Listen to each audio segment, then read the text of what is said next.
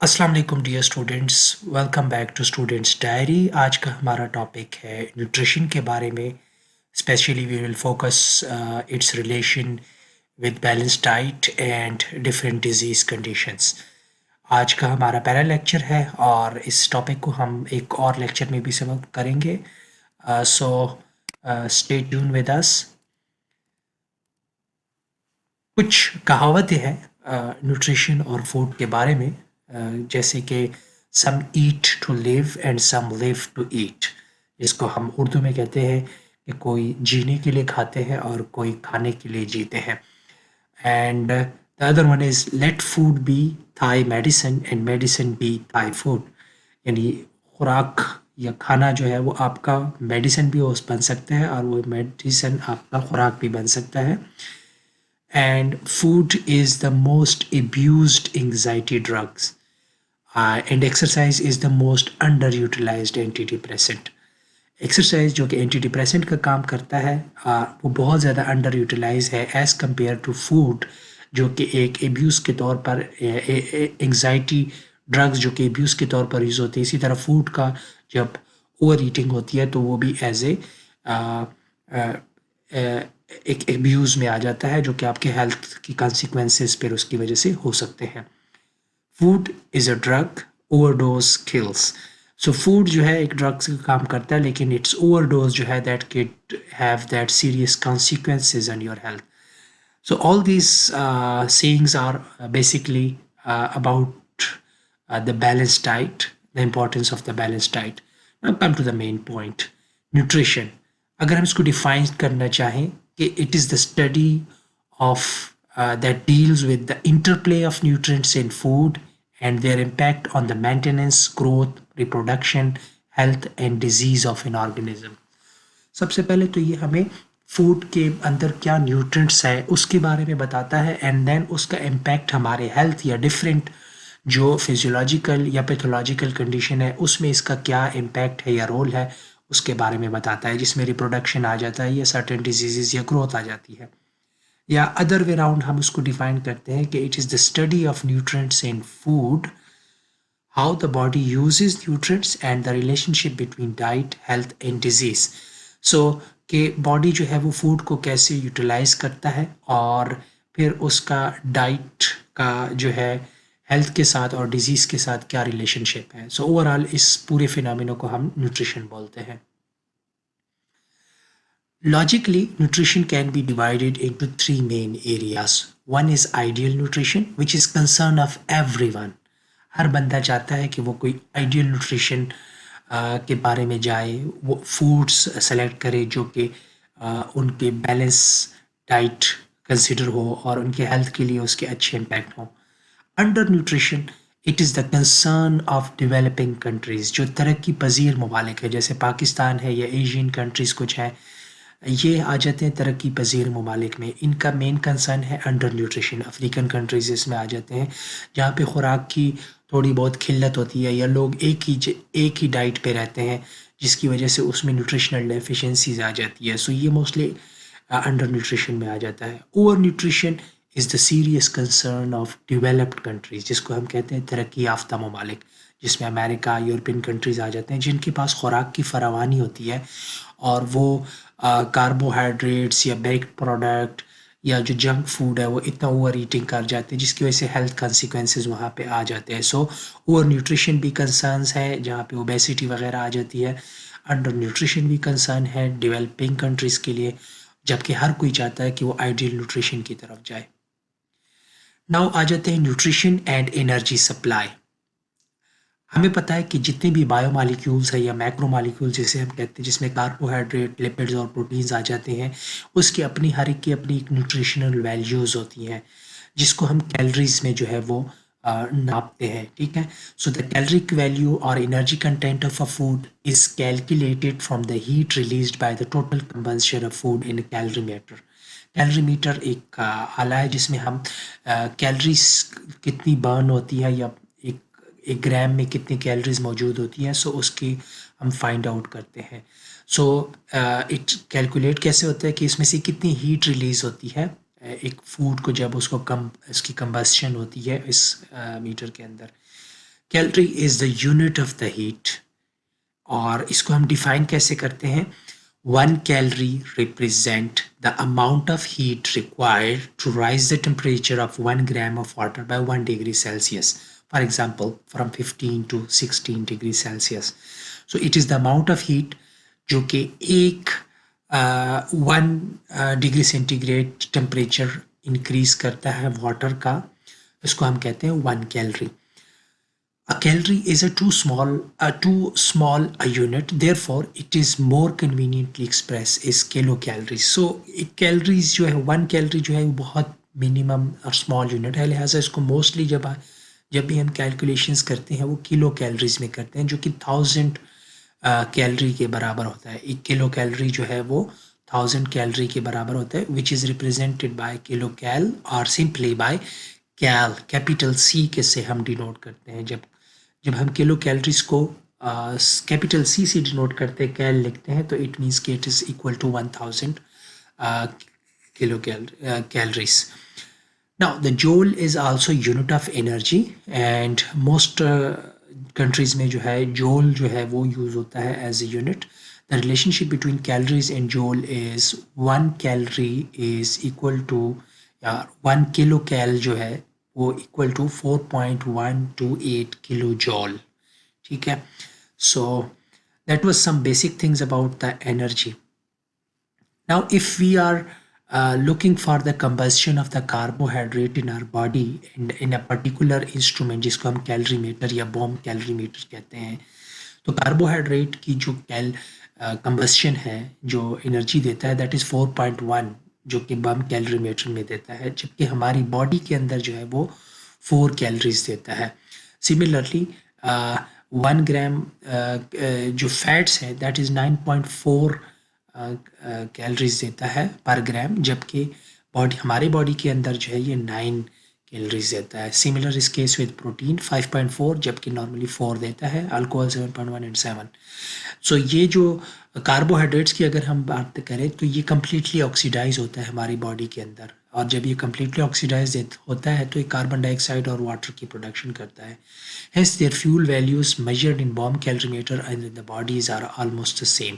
तो अगर आप देखें जो हम उसको बाहर बॉडी से बाहर उस आले के अंदर उसको मेजर करते हैं और बॉडी के अंदर करते हैं तो इसके अंदर वैल्यू सेम ही है ऑलमोस्ट, क्योंकि there is no waste of energy, बल्कि कंप्लीट ऑक्सीडेशन होती है कार्बोहाइड्रेट की हमारी बॉडी के अंदर.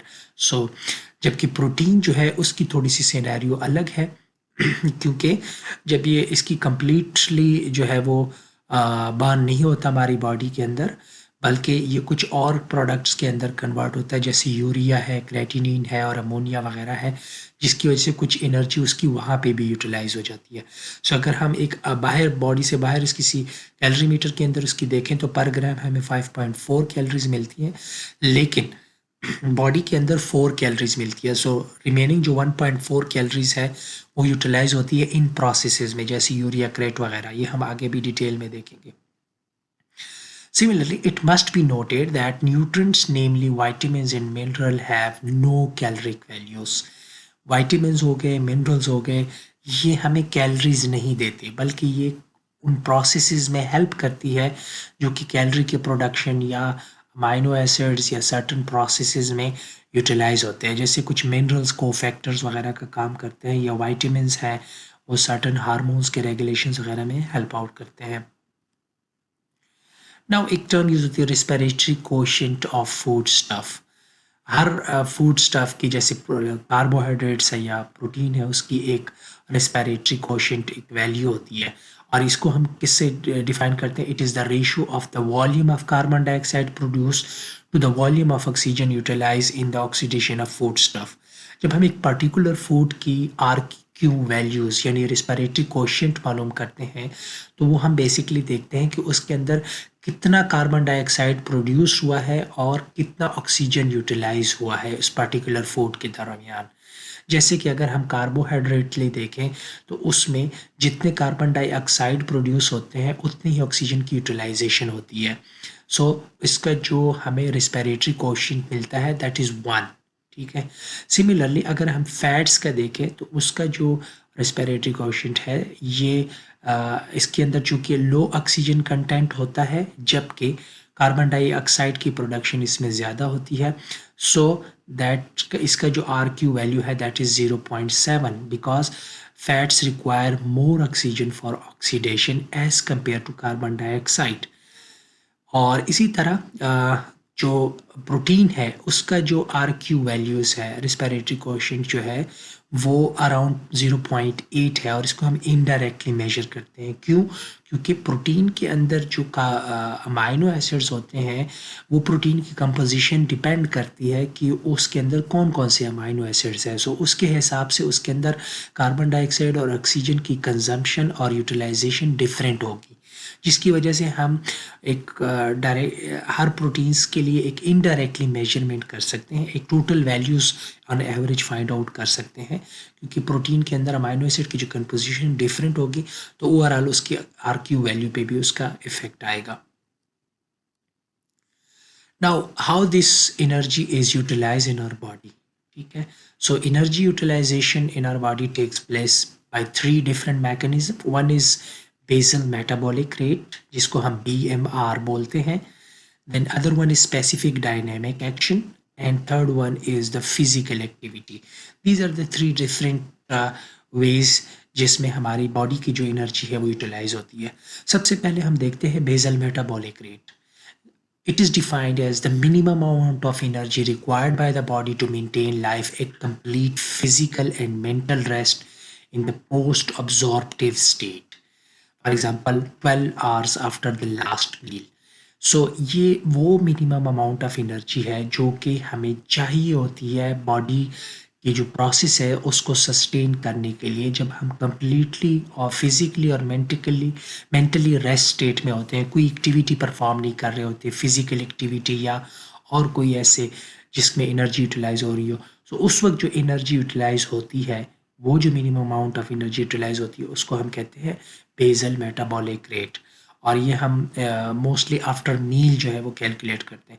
For an adult man BMR is found is around 1600 cal per day, while for adult women around 1400 cal per day. So that is the utilization of energy by basal metabolic rate. या हम इसको किसी और unit में अगर देखें तो that is 35 to 38 cal square per meter per hour for men, and for women it is 32 to 35 scales per square meter per hour. So main के अंदर एनर्जी यूटिलाइजेशन हमेशा थोड़ी ज़्यादा होती है, क्योंकि उसका मस्कुलर मास जो होता है वो थोड़ा सा ज़्यादा होता है एज़ कम्पेयर टू फीमेल। और BMR values between -15 to 20% is consider as normal. So जब हम उसकी परसेंटेज कैलकुलेट करते हो तो ये तकरीबन -15 से +20% अगर हो तो इसको नॉर्मल कंसिडर किया जाता है। कौन से ऐसे फैक्टर्स हैं जो BMR को इफ़ेक्ट कर सकते हैं? इसमें सबसे पहले सरफेस एरिया है। The BMR is directly proportional to the surface area. Surface area is related to weight in height. So अभी जो हमने कहा कि BMR मैन में थोड़ा सा ज़्यादा होता है बनिस्बत वमेन की, उसका सरफेस एरिया ज़्यादा होता है, इसीलिए उसका बेसल मेटाबॉलिक रेट भी थोड़ा सा ज़्यादा होता है। सेक्स मैटर करता है। Men have marginally high BMR then women because of higher lean mass. Male के अंदर जो प्रोटीन कंटेंट होते हैं वो थोड़े से ज़्यादा होते हैं एज़ कम्पेयर टू फीमेल, और फीमेल में थोड़े से जिसकी वजह से BMR रेट जो है वो मेन के अंदर जो है वो ज़्यादा होता है, अबाउट 5%। एज भी बहुत मैटर करती है। इन infant in growing children with lean mass muscle mass, the BMR is higher 2% reduction per decade in adults. So infants चूँकि growing age होता है तो मेटाबॉलिक रेट इनका हाई होता है, जबकि जैसे जैसे एज जो है वो बढ़ता जाता है तो उसमें कमी आना शुरू हो जाती है बेसल मेटाबॉलिक रेट में। सो बच्चों का बेसल मेटाबॉलिक रेट बहुत हाई होता है as compare to old age. और पर डेकेड यानी पर 10 साल के बाद तकरीबन 2% जो है वो कमी आती है बेसल मेटाबॉलिक रेट में। Now come to the physical activity. Of course, BMR is increased in person, notably athletes with regular exercise. So those who are doing exercise, उनका basal metabolic rate will be high as compared to that with the sedative lifestyle. So hormones का भी बहुत ज़्यादा impact होता है, जैसे कि thyroid hormone है, T3 and T4 have a stimulatory effect on the metabolism of the body and therefore BMR. Thus BMR is raised in hyperthyroidism and reduced in hypothyroidism case. So जिनका T3 T4 level high होगा, it means these are the case of hyperthyroidism, और उस case में basal metabolic rate उन लोगों का high होता है as compare to those person जिनको हाइपोथायराइडिज्म यानी T3 T4 लेवल जिनका कम होता है। कुछ और फैक्टर्स भी होते हैं, जैसे कि एनवायरमेंटल कंडीशन। कोल्ड क्लाइमेट के अंदर BMR is higher compare to warm climate. क्यों? क्योंकि बॉडी जो है वो हीट टेम्परेचर को मेंटेन करना होता है, सो उसमें BMR हाई हो जाता है कोल्ड एनवायरनमेंट में as compare to hot environment. Starvation. During the period of starvation, the energy intake has an inverse relation with BMR. So a decrease up to 50% has been reported. जब extreme starvation या hunger situation होती है तो उसमें BMR में कमी आती है वक्त के साथ, क्योंकि बॉडी जो है वो वाइटल फंक्शंस के लिए एनर्जी या हीट प्रिजर्वेशन पे काम करती है, लिहाजा स्टारवेशन के केस में BMR के ऊपर फ़र्क पड़ता है और BMR कम होना शुरू हो जाता है। फीवर, जब टेम्परेचर हो या और कोई इन्फेक्शन हो जिसकी वजह से बॉडी टेम्परेचर रेज हो जाए तो उसमें बेसल मेटाबॉलिक रेट भी इन्हांस हो जाता है। In elevation of by more than 10% BMR is observe for every 1 degree rise in body temperature. So हर 1 डिग्री टेम्परेचर इंक्रीज होने से 10% BMR रेट इंक्रीज होता है। It is also elevated in certain diseases such as polycythemia, infection in hypertension. Polycythemia is the increase in the blood cells. Infection में जैसे bacterial या viral infection है या कोई हाइपरटेंशन है तो उसमें भी BMR जो है वो इंक्रीज होता है। रेशियल वेरिएशन, जो रेसिस के बेस पे जो एक एरिया, एक ख़ास पर्टिकुलर एरिया के लोग होंगे, जो कोल्ड क्लाइमेट के लोग होते हैं, जैसे BMR of Eskimos is much higher. जो वो एरिया जो कोल्ड एरियाज में रहते हैं over the years from decades, उनका जो जेनेटिक एवोल्यूशन के प्रोसेस में उनका बॉडी मेकअप ऐसा होता है, उस एनवायरनमेंट के मुताबिक उनका BMR जो है वो हाई होता है। Then the oriental women living in USA is about 10% less than the average BMR of American women. So वो जो एरिया जो कोल्ड क्लाइमेट के एरियाज होंगे तो उसमें जो है BMR जो है वो हाई होगा एज़ कम्पेयर टू दैट जिनका टेम्परेचर नॉर्मल रहता है जहाँ पे या हॉट रहता है। सो ये तो बेसिक मेटाबॉलिक रेट। नाउ आ जाते हैं specific dynamic action. Specific dynamic action is a kind of phenomena in which the extra heat production by the body over and above the calculated caloric values when a given food is metabolized by the body is known as specific dynamic action. It is also known as calorigenic action or thermogenic action or thermic action of food. ये वो specific dynamic action उसे कहते हैं कि एक particular food की जो caloric value है, यानी पर ग्राम फॉर एग्जांपल वो कितनी कैलोरीज देता है उसको साइड पे रखें। जब वो डाइजेस्ट होता है, अब्जॉर्ब होता है, उस दौरान जो वो कैलोरीज यूटिलाइज होती हैं या यूज़ होती हैं उसको हम कहते हैं specific dynamic action of that food. ठीक है, सो इसको हम कैलोरीजेनिक एक्शन भी कहते हैं या थर्मोजेनिक एक्शन भी कहते हैं। उस फूड पे जो इन्वेस्ट हुई है एनर्जी या यूटिलाइज हुई है एनर्जी ड्यूरिंग दैट प्रोसेसिंग, जिसमें digestion, absorption, utilisation of food, उस दौरान जो एनर्जी यूज़ हुई है उसको स्पेसिफिक डायनेमिक एक्शन कहा जाता है। For a food containing 25 gram of protein, the heat production from the caloric value is 100 calories. However, when 25 gram protein is utilized by the body, 130 calories of heat is liberated. So the extra 30 calorie is the SDA of protein. So इसमें जो आपके पास एक for example एक protein की example है जो कि 25 gram protein है। जब हीट कैलोरिक वैल्यू इसकी 100 है, लेकिन जो एक्स्ट्रा उसके जो 30 कैलोरीज हीट की प्रोडक्शन या लाइब्रेट हुआ है वो इस प्रोटीन का जो है वो क्या है, SDA है, स्पेसिफिक डायनेमिक एक्शन है, जो कि एक्स्ट्रा हीट इसके ऊपर इन्वेस्ट हुई है, यूटिलाइज हुई है ड्यूरिंग डाइजेशन और प्रोसेसिंग ऑफ दिस प्रोटीन। 1 ग्राम में हम कहते हैं कि 4 कैलोरीज होते हैं प्रोटीन के। जब 25 ग्राम होंगे तो इसको 4 से मल्टीप्लाई करेंगे तो 100 कैलोरीज बनते हैं, लेकिन यूटिलाइज कितने होते हैं एक्स्ट्रा? 130 यूटिलाइज होते हैं जो हीट जो है जब लाइब्रेट होता है, जब इसकी प्रोसेसिंग होती है।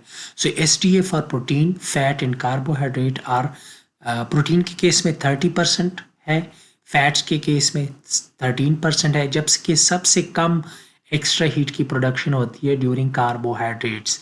ये जो कैलोरिक वैल्यू है ये उससे जो एक्स्ट्रा उसके प्रोसेसिंग में यूटिलाइज होती है, इस बात को आप जहन में रखिए, उसको हम स्पेसिफिक डायनेमिक एक्शन कहते हैं। सो सबसे ज़्यादा इस केस में प्रोटीन में स्पेसिफिक डायनेमिक एक्शन में एनर्जी यूटिलाइज होती है। फिर आ जाता है फैट्स कंटेंट और लास्ट में फिर कार्बोहाइड्रेट्स है। सो कार्बोहाइड्रेट्स का अगर 25 ग्राम यूटिलाइज होता है तो उसमें 5% एक्स्ट्रा एनर्जी की प्रोडक्शन होगी, जो कि हीट एक्स्ट्रा हीट की प्रोडक्शन होगी। सो दस protein possess the highest SDA values while carbohydrate have the lowest. So and additional calories should be added to the total energy needs of the body towards the SDA and the diet should be planned accordingly. सो अब जब आप diet plan करते हैं, balance diet की तरफ जाते हैं, तो आपने उस पर्टिकुलर फूड की स्पेसिफिक डायनेमिक एक्शन को जहन में रखना है।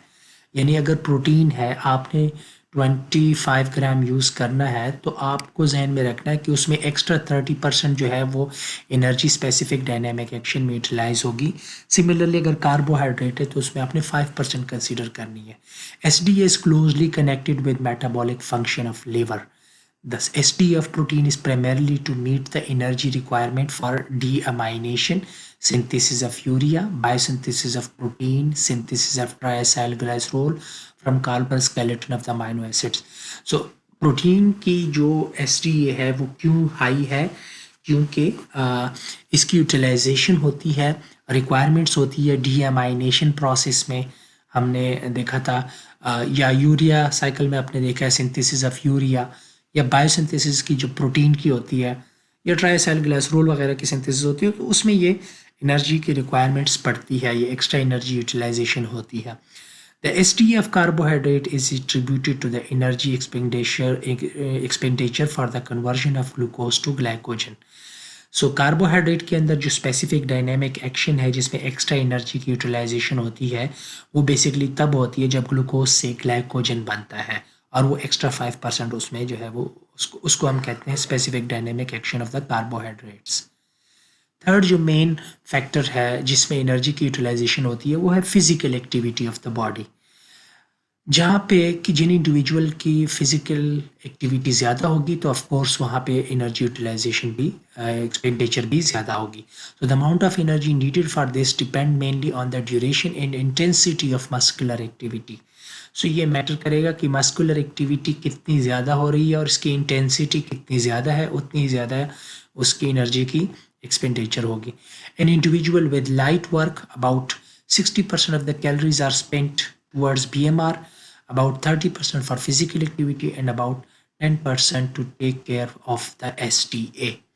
सो अगर एक इंडिविजुअल है जो कि लाइट एक्टिविटी करता है, कोई वर्कआउट करता है जो कि बहुत मिनिमल अमाउंट में होता है, तो उसके मेजर जो कैलोरीज बर्न होंगे या यूटिलाइज होंगे वो BMR में, बेसल मेटाबॉलिक रेट में होंगे, जबकि 30% जो है वो फिजिकल एक्टिविटीज़ में होंगे और 10% जो है वो स्पेसिफिक डायनेमिक एक्शन जैसे डीएमाइनेशन हो गया प्रोटीन के केस में, या बाकी ग्लाइकोजन फॉर्मेशन हो गया। जबकि as per some rough calculation caloric requirement of adults per day are in the following range. तो अगर एडल्ट्स की हम कैलकुलेशन देखें, लाइट वर्क में तकरीबन उसको 2200 से लेकर 2500 कैलोरीज रिक्वायर्ड होते हैं पर डे, ठीक है। जबकि मॉडरेट वर्क में जो है वो 2500 से लेकर 2900 के बराबर उनको कैलोरीज रिक्वायर्ड होती है। हैवी वर्क में ये बढ़ जाती हैं 2900 से 3500 तक। जबकि वेरी हैवी वर्कलोड है, जैसे आप एंड्योरेंस एक्सरसाइज वगैरह कर रहे हैं, तो उस केस में इसकी मस्कुलर एक्टिविटी इतनी ज़्यादा हो जाएगी जिसकी परसेंटेज जो है वो 3500 कैलोरीज से 4000 कैलोरीज पर डे यूटिलाइजेशन इसकी हो जाएगी। Now nutritional importance of carbohydrates की तरफ आ जाते हैं।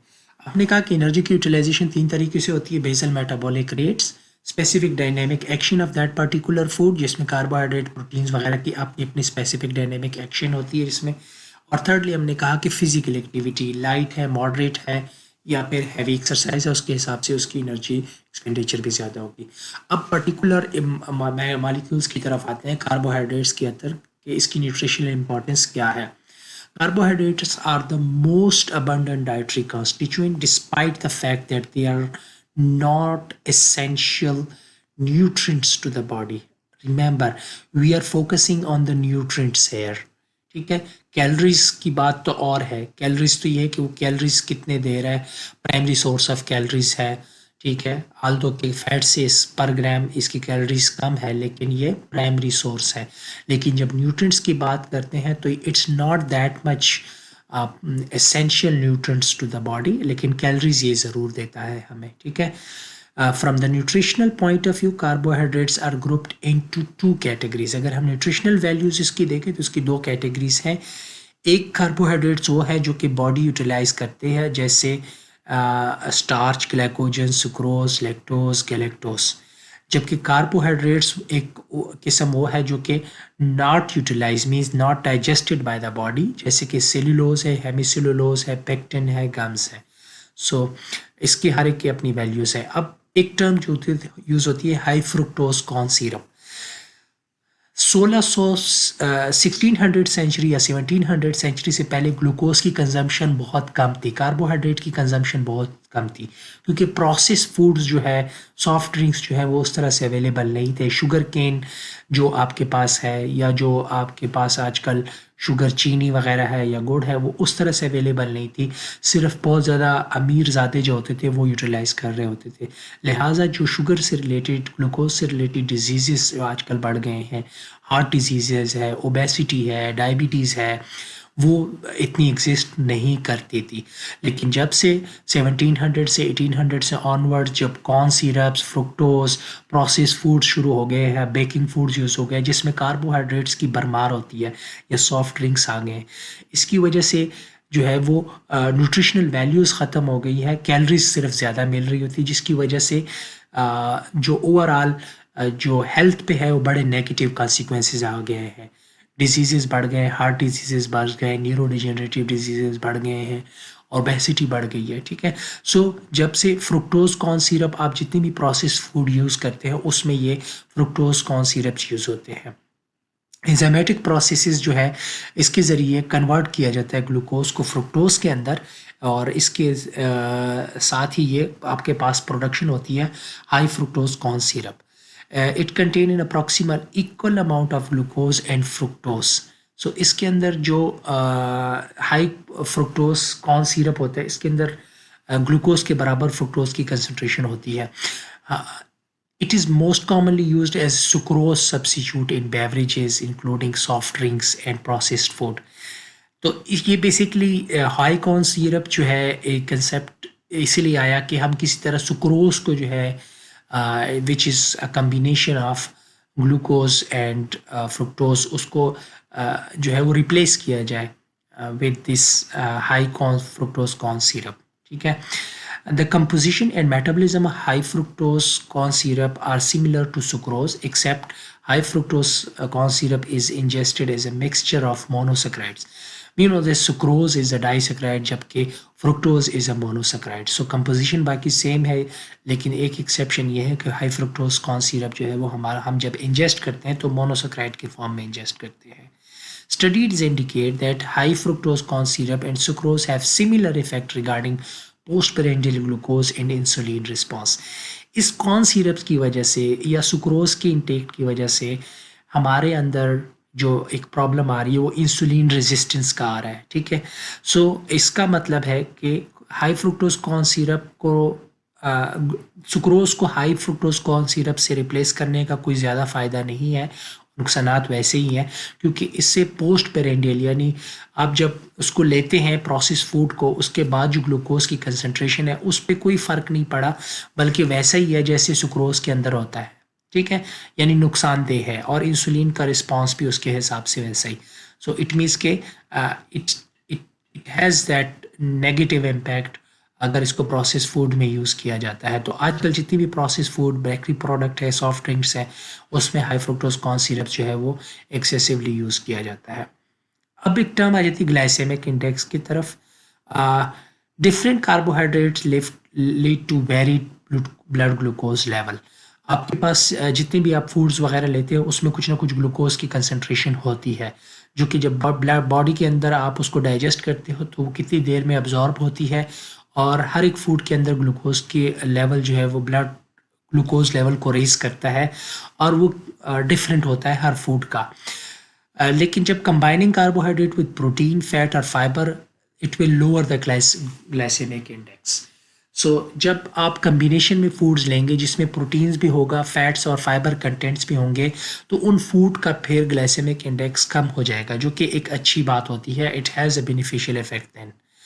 Choose high fibre, low glycaemic index food, whole grain, fruits and vegetable. So recommended ये है कि आप ऐसे फूड को प्रेफर करें जिसका ग्लाइसेमिक इंडेक्स लो हो, जिसके अंदर फाइबर कंटेंट ज़्यादा हो। जैसे कि आप जो फाइन आटा वगैरह यूज़ करते हैं घरों में, उसकी जगह आप होल ग्रेन लें और उसको उसका जो आप आटा बनाते हैं तो उसके अंदर वो फाइबर कंटेंट मौजूद होता है। या फ्रूट जो है, जूसेस की बजाय रॉ फ्रूट खाएं तो उसमें फाइबर कंटेंट आ जाता है। सिमिलरली वेजिटेबल साथ खाएं। Ensure at least 40% of caloric needs come from carbohydrate in a balanced diet.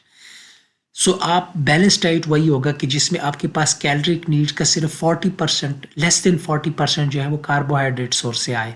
ठीक है, ये नहीं कि उसमें सारा ही कार्बोहाइड्रेट्स हो और 80% जो सोर्स आपका हो वो कार्बोहाइड्रेट से आ रहा हो। तो उसका क्या होगा कि ग्लाइसेमिक इंडेक्स हाई होना है, जिसकी वजह से उसके इंसुलिन रेजिस्टेंस की तरफ जाएगा और नेगेटिव इम्पैक्ट होंगे और अल्टीमेटली ओबेसिटी की तरफ भी जाएगा। ग्लाइसेमिक इंडेक्स क्या है? Glycemic index is the area under the blood glucose curve after ingestion of test meal, area under the curve after the ingestion of the glucose. So glucose को हम reference लेते हैं। जब हम ग्लूकोज को water में मिक्स करते हैं और एज इट इज़ पी लेते हैं तो वो फ़ौरन ही अब्जॉर्ब होना शुरू हो जाता है, और आपके ब्लड के अंदर इस ग्लूकोज की concentration within 30 to 1 hour के अंदर एक पीक वैल्यू देता है। हाई अब्जॉर्बेंस है इसकी। तो इसकी ग्लाइसेमिक इंडेक्स अराउंड 100 के करीब है। ठीक है, तो इसको हाई ग्लाइसेमिक इंडेक्स्ड फूड वो हाई ग्लाइसेमिक इंडेक्स होता है इसका। सो इसको as a reference value use किया जाता है। सो जो भी हमारी टेस्ट मील है, फॉर एग्जांपल अगर कोई फूड होता है जो मार्केट से मैं उठाता हूँ और उसको मैं ग्लाइसेमिक इंडेक्स मालूम करना चाहता हूँ, तो मैं पहले ग्लूकोज की वैल्यू एज ए रेफरेंस लूँगा और उसके साथ फिर फास्टिंग में नेक्स्ट डे उसी जो फूड है वो लूँगा एज ए टेस्ट मील, और उसकी वैल्यू देखूंगा और ग्राफ ड्रा करूंगा कि इसकी ग्लाइसेमिक वैल्यू कितनी कम है, यानी कितनी देर में अब्जॉर्ब होता है, और पीक जो देता है वो कितनी देता है ब्लड ग्लूकोज की। विद इन 30 मिनट्स देता है, 60 मिनट देता है, 90 मिनट्स जाता है। ठीक है, और पीक देता है या फ्लैट लाइन देता है, यानी स्लोली अब्जॉर्ब होता है या यकमुश्त ही अब्जॉर्ब होता है, जिसकी वजह से ब्लड ग्लूकोज लेवल हाई हो जाता है। So that is glycaemic index. So इसको हम परसेंटेज में लेते हैं। टेस्ट मील को डिवाइड करते हैं ग्लूकोज के वैल्यू के साथ और फिर उसको 100 से मल्टीप्लाई करते हैं तो हमारे पास परसेंटेज आ जाता है। सो 55 से जिसका ग्लाइसेमिक इंडेक्स कम हो तो उसको हम कहते हैं, और 20 से ज़्यादा हो तो उसको हम कहते हैं मीडियम ग्लाइसेमिक इंडेक्स है इसका। और 55 से जिनका ग्लाइसेमिक इंडेक्स ज़्यादा है वो हाई ग्लाइसेमिक इंडेक्स है और वो रिकमेंडेड नहीं है।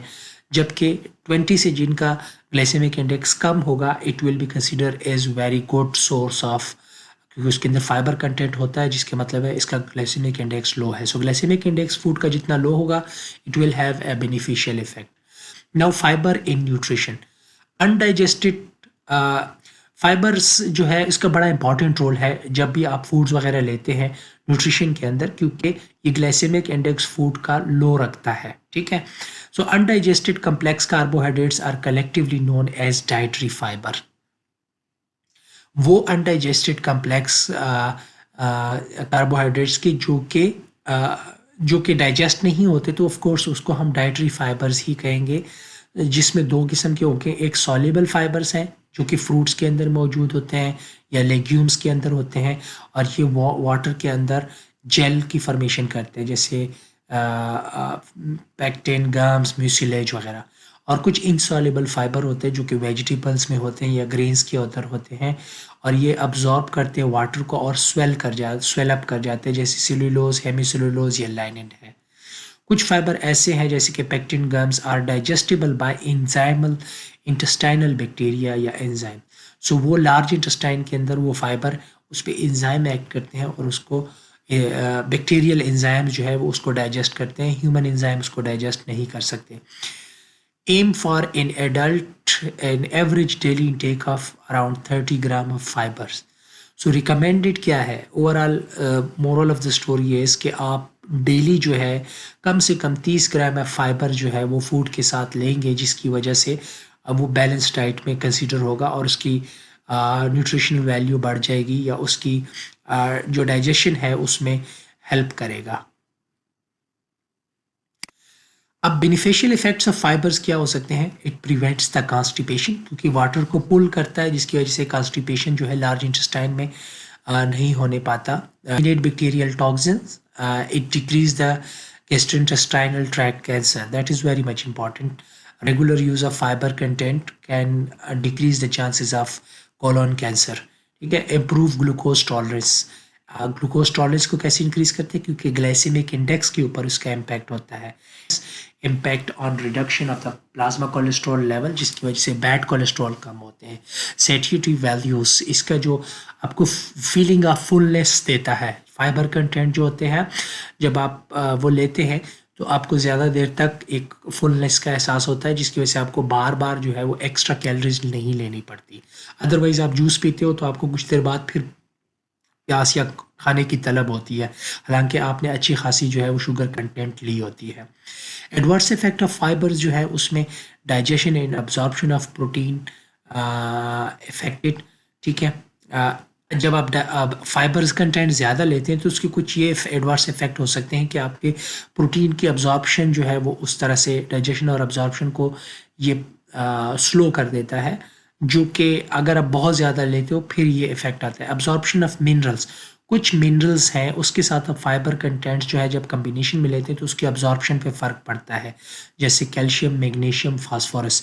इस केस में जो है वो डिक्रीज़ होती है इसकी अब्जॉर्प्शन। लिहाजा जब आप कैल्शियम सप्लीमेंट्स लेते हैं, मैग्नीशियम सप्लीमेंट्स लेते हैं तो उसमें आप जो है वो साथ फाइबर कंटेंट ना लें तो बेहतर है। Flatulence due to intestinal bacteria action on fibres, so वो जो फाइबर जिस पे बैक्टीरियल एंजाइम एक्ट करते हैं वो जब इंटेस्टाइन के अंदर वो बैक्टीरियल एंजाइम उस पर एक्ट करेंगे तो उसकी वजह से गैसेस बनेंगी, जिसकी वजह से उसका इम्पैक्ट थोड़ा बहुत होता है। लेकिन ओवरऑल अगर हम बेनिफिशियल इफेक्ट देखें तो फाइबर की बहुत ज़्यादा है और एक 30 ग्राम ऑफ फाइबर जो है वो रिकमेंडेड है पर डे। अब आ जाते हैं nutritional importance of lipids. We all know that fats and oils such as triacylglycerol contribute to 15 to 50% of the body energy requirements. So it's serving as a concentrated dietary fuel source. Concentrated dietary fuel source क्यों कहते हैं? क्योंकि 1 gram of fats जो है around 9 calories पर ग्राम जो है वो देता है। सो ये कंसनट्रेटेड सोर्स ऑफ एनर्जी है लेकिन सेकेंडरी सोर्स है। ठीक है, dietary lipids have major nutritive function. Major nutritive function इसके क्या क्या है? Supply triacylglycerol constitute about 90% of dietary lipid as a concentrated fuel source. So ट्राइसाइलग्लाइसरोल हम डाइट्स में लेते हैं जो कि एज ए फ्यूल सोर्स का काम करता है। Provide essential fatty acid and fat soluble vitamins. Essential fatty acid जैसे हमने जिक्र किया था ओमेगा 3, ओमेगा 6 वगैरह हमें देते हैं, और इसी तरह fat soluble vitamins A, D, E and K में हेल्प करता है इसके अब्जॉर्प्शन के अंदर। Unsaturated fatty acid like linolenic acid and linolenic acid जो कि एसेंशियल फैटी एसिड्स हैं are essential and must be obtained from the diet. Essential fatty acid हम तभी कहते हैं कि हमारी बॉडी इसको खुद नहीं बना सकती, एंजाइम डेफिशिएंसी होती है, सो हमें फूड से उसको लेना ज़रूरी होता है। So deficiency in essential fatty acid can lead to a condition known as toad skin, जिसमें एरप्शन होती है, स्किन्स जो होती है वो थॉर्नी लाइक स्किन्स होती है जैसे टोड्स की होती है। Essential fatty acid foods and required dairy intake. Polyunsaturated foods जो है वो बहुत ज़्यादा प्रीडोमिनेंटली प्रेजेंट होते हैं वेजिटेबल्स ऑयल के अंदर एंड फिश ऑयल्स के अंदर। और ये rich vegetable source include sunflower oils है, कॉटन सीड्स ऑयल है और कॉइन्स ऑयल है, सोयाबीन ऑयल्स है। इसके अंदर पॉली अनसैचुरेटेड वो होते हैं जिसके अंदर एक से ज़्यादा डबल बॉन्ड मौजूद हो, उसको हम पॉली अनसैचुरेटेड फैटी एसिड्स कहते हैं।